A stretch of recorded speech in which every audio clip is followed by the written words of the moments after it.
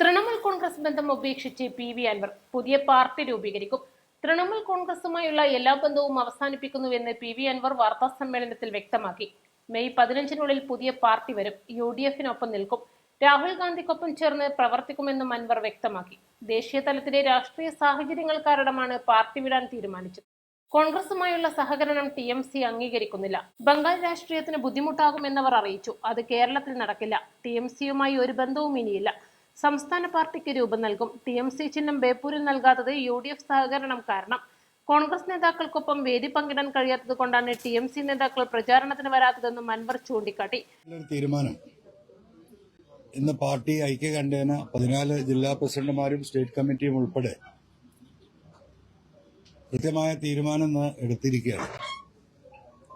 നിങ്ങൾക്കറിയാൻ കഴിഞ്ഞ 1.25 വർഷമായി ആൾ ഇന്ത്യ തൃണമൂൽ കോൺഗ്രസുമായി ബന്ധപ്പെട്ട് അതിന്റെ സ്റ്റേറ്റ് കൺവീനർ എന്ന നിലക്ക് നമ്മുടെ സ്റ്റേറ്റിൽ എല്ലാ ജില്ലകളിലും കമ്മിറ്റി ഉണ്ടാക്കി, നിയോജകമണ്ഡലം തലം വരെ കമ്മിറ്റിയായി, പഞ്ചായത്ത് തലത്തിൽ കമ്മിറ്റികളായി നന്നായിട്ട് പ്രവർത്തിച്ചു വന്നതാണ്. പക്ഷെ ഒരു ഘട്ടത്തിൽ പോലും ഒരു ദേശീയ അഖിലേന്ത്യാ പാർട്ടിയുടെ ഓൾ ഇന്ത്യ തൃണമൂലിന്റെ ഒരു സ്വാഭാവികമായി കിട്ടേണ്ട പിന്തുണ ഒരു ഘട്ടത്തിലും അവരുടെ ഭാഗത്തുനിന്ന് നൽകപ്പെട്ടിട്ടില്ല. ഒന്ന്,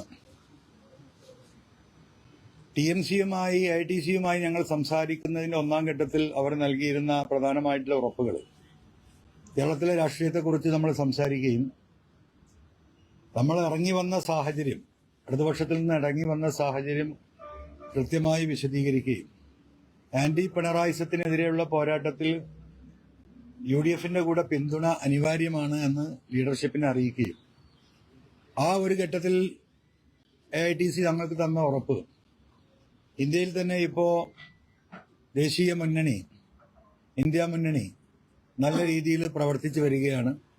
സ്വാഭാവികമായിട്ടും വരാനിരിക്കുന്ന ഒരു കാലഘട്ടം എന്ന് പറയുന്നത് ബംഗാളിൽ ഉൾപ്പെടെ നടക്കുന്ന തെരഞ്ഞെടുപ്പുകളിൽ കോൺഗ്രസുമായിട്ടുള്ള ധാരണകൾ ഉണ്ടാകും.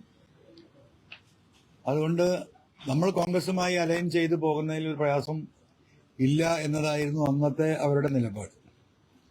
പക്ഷെ കാര്യങ്ങൾ മുന്നോട്ട് വന്നപ്പോൾ ആ നിലപാടിൽ നിന്ന് അവർ പിന്മാറുന്നതായിട്ടും കോൺഗ്രസുമായി ഐക്യപ്പെട്ടുകൊണ്ടുള്ള ഒരു രാഷ്ട്രീയ നീക്കത്തെയും പിന്തുണക്കാൻ അവരുടെ രാഷ്ട്രീയം ബംഗാളിൽ അവർക്ക് പ്രയാസമുണ്ട് എന്ന് നമ്മളെ ബോധ്യപ്പെടുത്തുകയും ചെയ്തു. BJP അനുഭാവ വോട്ടുകൾ UDFന് ലഭിച്ചു. വിശ്വാസികൾ UDFനൊപ്പം നിന്നു. പിണറായിസത്തിനെതിരെ കേരളം വോട്ട് ചെയ്തുവെന്നും അൻവർ കൂട്ടിച്ചേർത്തു.